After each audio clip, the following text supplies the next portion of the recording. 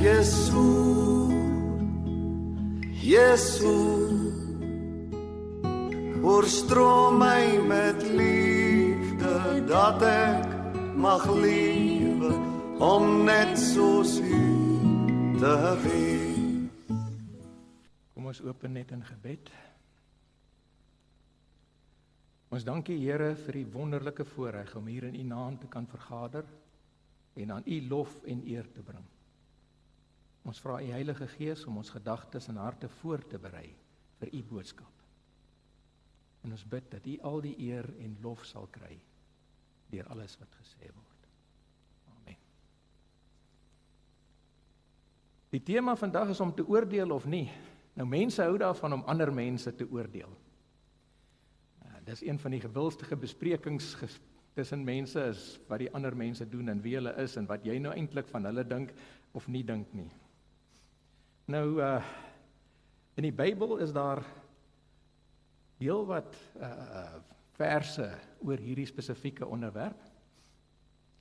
En maar mens moet eers kyk net na ons gewoontes ook, want dis 'n lewensingesteldheid of jy veroordelend is of nie. Baie mense loop rond en hulle vind fout met alles en almal. En oral waar hulle kom, dan het hulle iets te sê, want as jy fout soek, dan sal jy dit kry. In hierdie gebroke wêreld van ons is dit nie 'n probleem om foute te kry nie. En as jy mense ontmoet, sal jy glad nie probleme hê om tekortkominge in die man raak te sien of die vrou nie. Want niemand is perfek nie. Nou as jy Paul net op hierdie kritiek uit is, dan as jy in so iemand se geselskap is, hulle is asof hulle die suurstof in die vertrek opsuig, dat jy naderhand kan sukkel om asem te haal. En dit kan ook baie gevaarlik wees. Jy hoef net te dink aan die ongevoelige onderwyser wat vir die jong kind sê, man, jy is 'n niks werd. Jy sal nooit iets in die lewe bereik nie. En dan 50 of 60 jaar later is daardie kind nou al oud. En hy het baie dinge in sy lewe gehoor, maar hierdie woorde het hy nooit ooit vergeet nie. Want dit het 'n geestelike letsel gelos wat nooit herstel nie. So ons moet baie versigtig wees met wat ons sê en wat ons doen. Die eerste vraag is, mag ons oordeel? Nou, dit is nie so maklik in die Bybel om daai vraag te beantwoord nie. Ek gee net vir jou 2 verse. Eerste een is Lukas 6 vers 37. Moenie oordeel nie en oor julle sal nie geoordeel word nie. Moenie veroordeel nie en julle sal nie veroordeel word nie. Spreek vry en julle sal vrygespreek word. Ek dink is baie duidelik wat hy daar sê. Maar nou lees ons in 1 Korintiërs 6 vers 1 tot 3. Gaan iemand van julle wat 'n saak teen 'n ander gelowige het, werklik so ver dat hy sy reg by heidense regters soek en nie by gelowiges nie? Of weet julle nie dat die gelowiges oor die wêreld sal oordeel nie? En as julle oor die wêreld sal oordeel, is julle dan onbevoeg vir sulke geringe hofsaake? Weet julle nie dat ons oor die engele sal oordeel nie? Dan tog seker ook oor alledaagse dinge. Dit lyk of hierdie verse mekaar weerspreek. Nou, in die tweede vers, dink ek moet ons mooi weet, ons sal nie oor die wêreld, wanneer hy sê ons sal oor die wêreld oordeel en oor engele, dan praat hy oor 'n komende era, na Jesus se wederkoms. Maar dit is tog baie duidelik dat hy sê, ons moet oordeel oor ander. Nou, wat moet ons dan doen? Kom ons kyk, daar's baie verse en daar's baie nuances in terme van hierdie spesifieke onderwerp. Mens moet al die verse in die Bybel lees en dan in vergelyk met almal, om die konteks te kry. Ek kan nie oor al die nuances ingaan nie, want dit sal te lank vat, maar ek het net riglyne, sleutelriglyne wat ons in gedagte kan hou wanneer ons dink oor ons moet oordeel. Die eerste ene is, ons het nie die gesag om ander te veroordeel nie. Punt. Slegs Jesus kan veroordeel. 2 Korintiërs 5. Ons moet immers almal voor die regterstoel van Christus verskyn. sodat elkeen kan ontvang volgens wat hy tydens sy aardse lewe gedoen het, of dit nou goed was of kwaad. Net Jesus kan veroordeel. Maar nou moet ons mooi verstaan, voor ons verder gaan by die bespreking, hoe oordeel Jesus? Hebreërs 4 vers 12 tot 13. Die woord van God, en ons weet uit Johannes 1 vers 1, die woord van God is Jesus, is lewend en kragtig. Dit is skerper as enige swaard met 2 snykante en dring selfs tot die skeiding van siel en gees en van gerugte en murg. Dit beoordeel die bedoelings en gedagtes van die hart. Daar is ook niks in die skepping wat vir God onsigbaar is nie. Alles lê oop en bloot voor sy oë. En aan hom moet ons rekenskap gee. Jesus dring tot die kern van die mens deur. Hy sien die mens soos hy werklik is. Hy het kennis, totale, absolute kennis van jou. En vergelyk dit met ons kennis wat ons het. So wat ons moet onthou is, ons fokus moet altyd wees op Jesus. Daar's niemand soos hy nie. Die Christelike geloof is alles rondom Jesus, wie hy is en wat hy gedoen het. Dit is wat absoluut belangrik is. As jy sê, wat is die kern van die Christelike geloof, dan kan jy dit in een woord saamvat, dis Jesus. Hy is God. Nou baie mense probeer op enige manier probeer afbreek doen aan wie Jesus is, of wat hy gedoen het. Dan dring jy deur, dan is jy besig met om Christelike geloof aan te val. Daar's baie mense wat sê, ja, maar Jesus was net 'n goeie mens, of hy was net 'n profeet. Hy is nie, hy is God. En dit is absoluut belangrik om dit te onthou. En sy werk wat hy gedoen het, toe hy aan die kruis gesang het, het hy gesê, dit is volbring, dit is volmaak. Nou is daar baie mense wat iets probeer aannak en sê, daar's nog iets ekstra wat jy moet doen, jy moet nog dit doen. Of iemand wat as 'n tussenganger sê, maar ek het spesiale kennis, volg my na Jesus toe. Nee. Toe Jesus aan die kruis gesterf het, het daardie gordyn na die allerheiligste geskeur. En elkeen van ons het direkte toegang tot Jesus. Dis die fokus. En dit is iets wat ons altyd moet onthou, dat dit ons spesifieke fokus is. So Jesus oordeel met absoluut volledige kennis van jou en die kern van wie jy is. Ons kan slegs oordeel op wat ander mense doen en wat ons hoor. En nog erger, baie keer dan oordeel ons sommer op grond van kinderstories. En jy sien die fondamente verskil totaal in geheel en al. Nou waarop fokus ons in ons lewe? As jy nou werklik dink, ons fokus maar, en selfs in die kerke en so aan, ons fokus ons op dit wat ons doen. Is dit beter om op Sondag kerk toe te gaan as op Saterdag, die Sabbatdag? Of is dit beter om mense klein te doop of groot te doop? En dan word daar so baie polemieke wat oor hierdie tipe van goed ontslaa raak. Maar uiteindelik is al die dinge wat ons doen slegs van sekondêre belang. Dit vergelyk nie met dit wat Jesus gedoen het nie.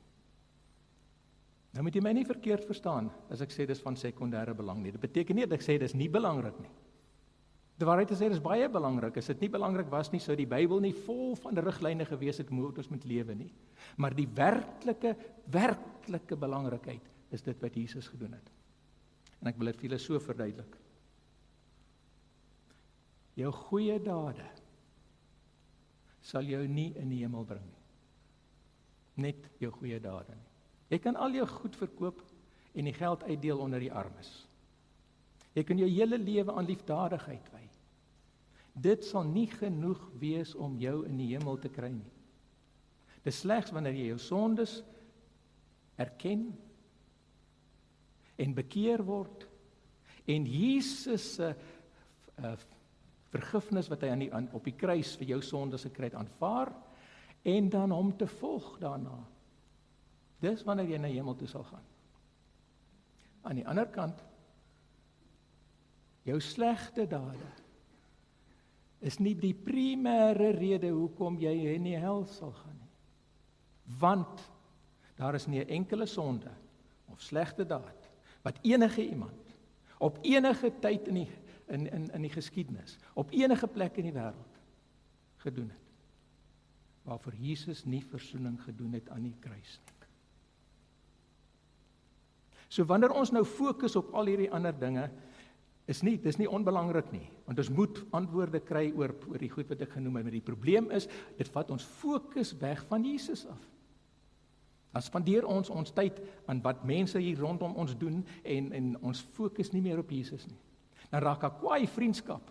Dis waar al die kerke verstaan, maar hierdie kerk sê, man, dis baie beter om klein te doop, en daai ene sê groot doop, en dan is daar groot, dan skeur die mense, en dan is daar kwaai vriendskap en so aan.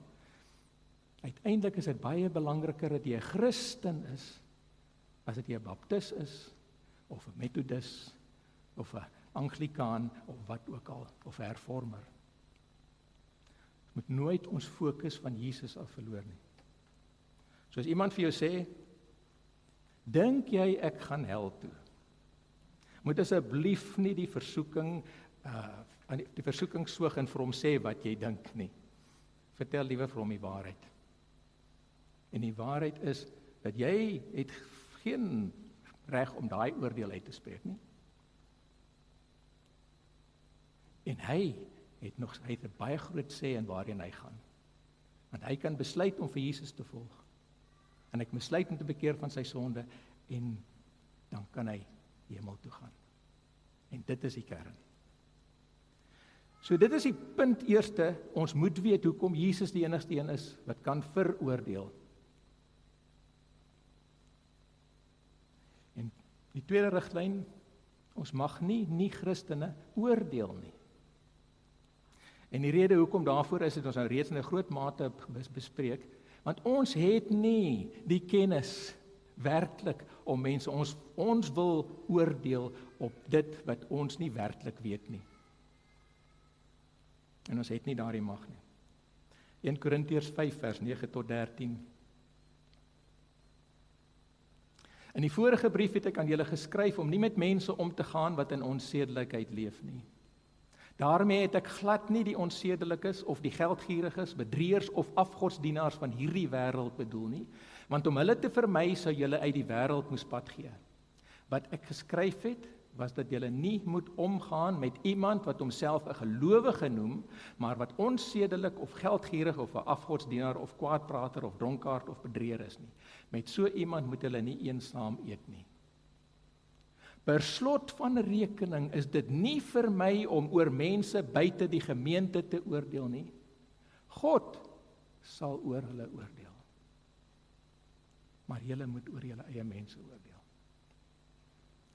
Nou as ons net die nie-Christene kan oordeel nie, hoe moet ons hulle dan behandel? Daaroor het die Bybel ook baie riglyne. Jy moet jou naaste lief hê soos jouself. Doen aan ander soos wat jy graag wil hê wat hulle aan jou moet doen. 'n absolute liefde en meegevoel met alle mense om te gaan. Maar nou moet 'n mens ook baie versigtig wees dat jy nie in die versoeking kom in jou omgang met nie-Christene, dat jy begin meedoen aan hulle praktyke wat vir hulle normaal is nie, die wilde partytjies wat hulle hou, al daardie tipe van dinge nie.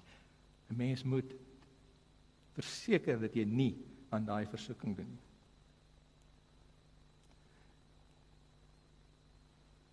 Derde riglyn. Ons mag, en is eintlik ons behoort, oor ons broers en susters in Christus te oordeel.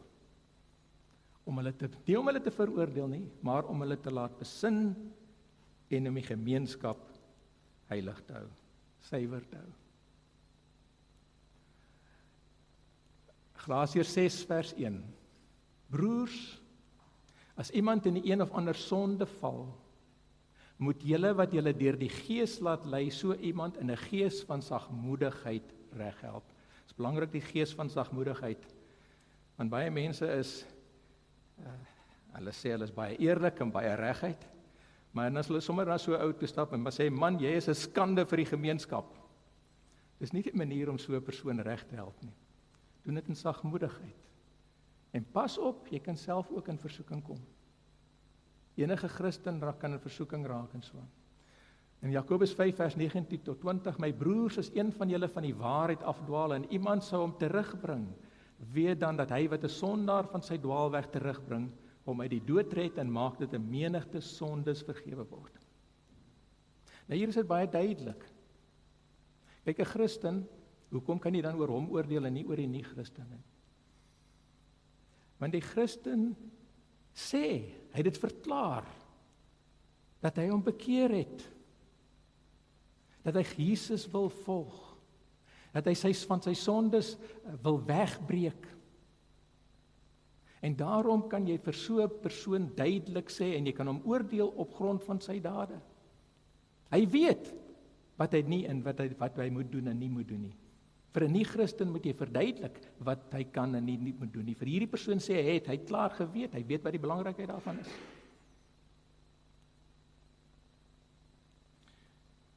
En die ander rede as jy hom nou kan dit kry, dat hy net wegkom weer van waar hy gegaan het, wat hy tydelik net afgedwaal het, dan doen jy 'n baie, baie goeie ding. Maar verder is dit ook so, dat ons die gemeenskap moet suiwer hou, die gemeenskap van die heiliges. 1 Korintiërs 5 vers 1 tot 5. 'n Mens hoor werklik van onsedelikheid onder julle. En dan nogal onsedelikheid van so 'n aard as wat selfs onder heidene nie voorkom nie, naamlik dat 'n man en sy stiefma as man en vrou saamleef.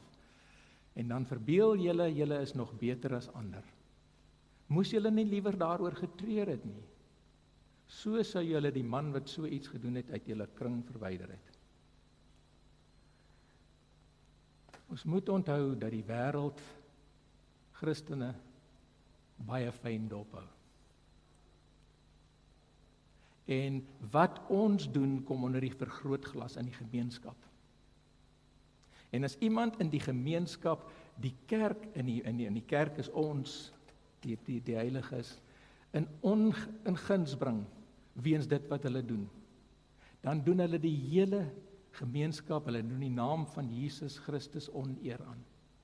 Ek het al baie mense in my lewe teëgekom wat gesê het, ek het nogal belang gestel in Christendom, jy weet, maar weet jy wat het my afgesit? Die Christene. Ons moet 'n voorbeeld wees. Die lig ons moet die lig uit ons laat skyn. En ons kan nie so iemand toelaat om in ons te wees nie. Ons moet hom reg help as hy op die verkeerde pad is. En as hy daar bly en so aan, dan is dit belangrik dat ons hom uit die gemeenskap verwyder. Nou moet ons ook versigtig wees dat ons weet waarvoor ons wat nou ons as werklike misdade kan beskou kan word. Soos kom uit 'n vorige kerk uit waar die mense onder sensuur geplaas is, met ander woorde, hulle is uit die gemeenskap uit verwyder, omdat hulle self groot laat doop het. Dit is nie skandelike gedrag om jouself groot te laat doop nie, maak nie saak wat jy glo nie, maar die waarheid te sê, dit is wat die Bybel vir ons sê ons moet doen. So 'n mens moet eerder kyk na die voorbeelde wat ons gehad het in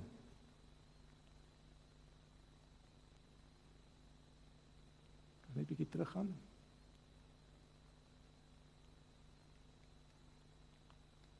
Nee, maak nie saak nie. Dis die vorige 1 Korintiërs 5 vers 9 tot 13.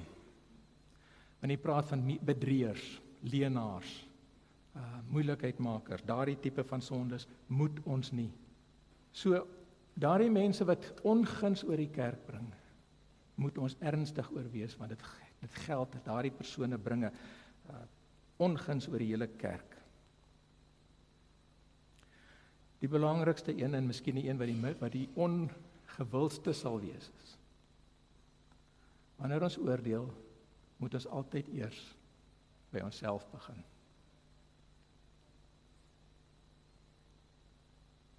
Johannes 8 vers 7. Toe hulle aanhou om hom te vra, het hy regop gekom en vir hulle gesê, laat die een van julle wat 'n skoon gewete het, eers 'n klip op haar gooi. Ons ken hierdie storie, dit is die vrou wat gevang is, op heterdaad betrap is met oorspel. En die straf volgens die wet was baie duidelik, sy moet gestenig word, maar dit is die doodstraf. En toe die fariseërs haar voor Jesus gebring en gesê, maar wat sê jy nou? Moet ons met haar maak om hom te toets?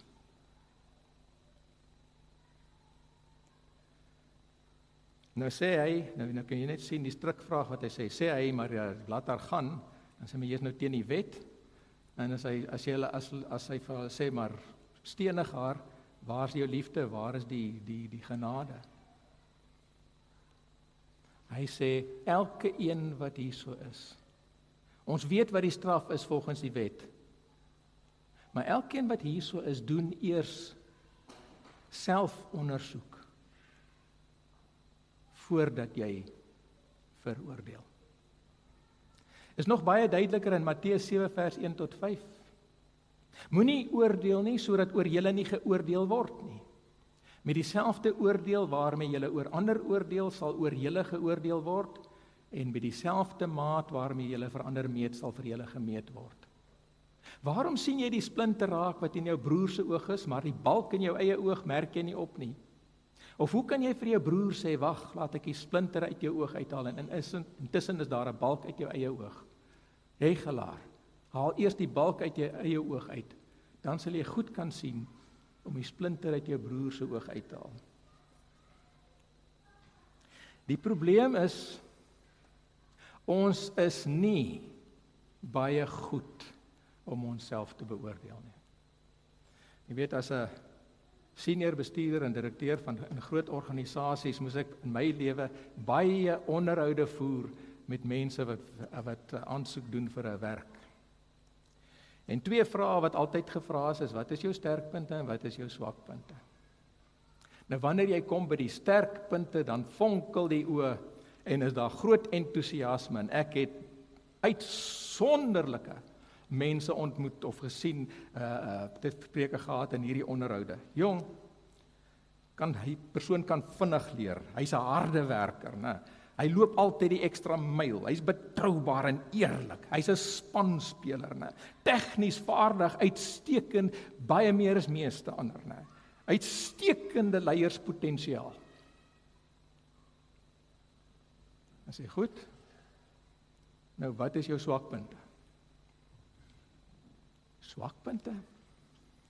Sjoe, dis nou 'n moeilike een. Weet jy, ek dink my grootste swakpunt is ek is 'n perfeksionis.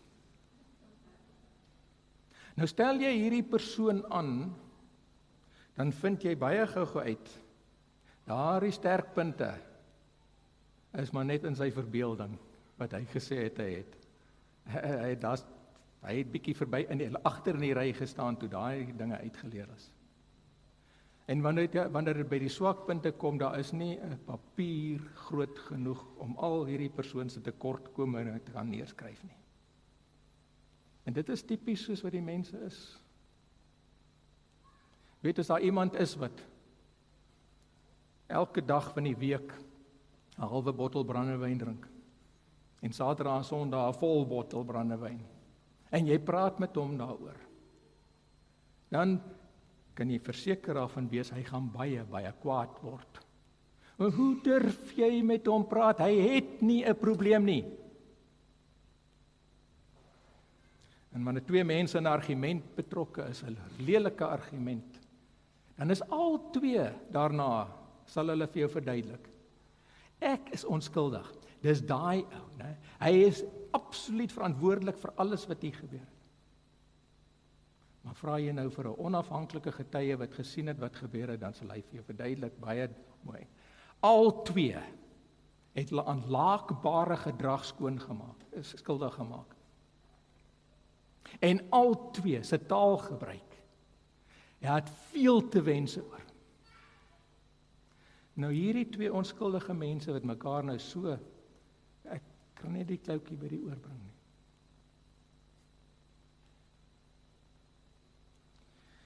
Ons is nie baie goeie beoordelaars van onsself nie. Nou hoe durf ons ander oordeel as ons nie onsself kan oordeel nie?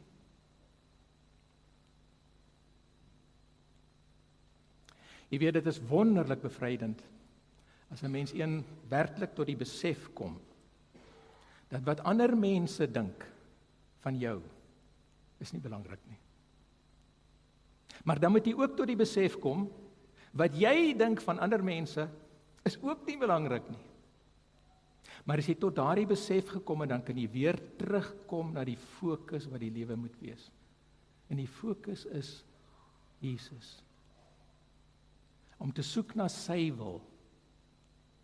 En alles wat jy doen, te soek na sy wil en hom te volg. En as jy dit doen, sal alles op die regte plek val. Kom ons bid saam. Dankie Here vir wat U vir ons gedoen het. U is die weg, die waarheid en die lewe. Help ons om in alles op U wil te fokus. Geef vir ons die nodige insig om ons tekortkominge te besef en die genade en krag om voortdurend in U woord en wil te groei, sodat ons U lig hier op aarde kan laat skyn. Amen.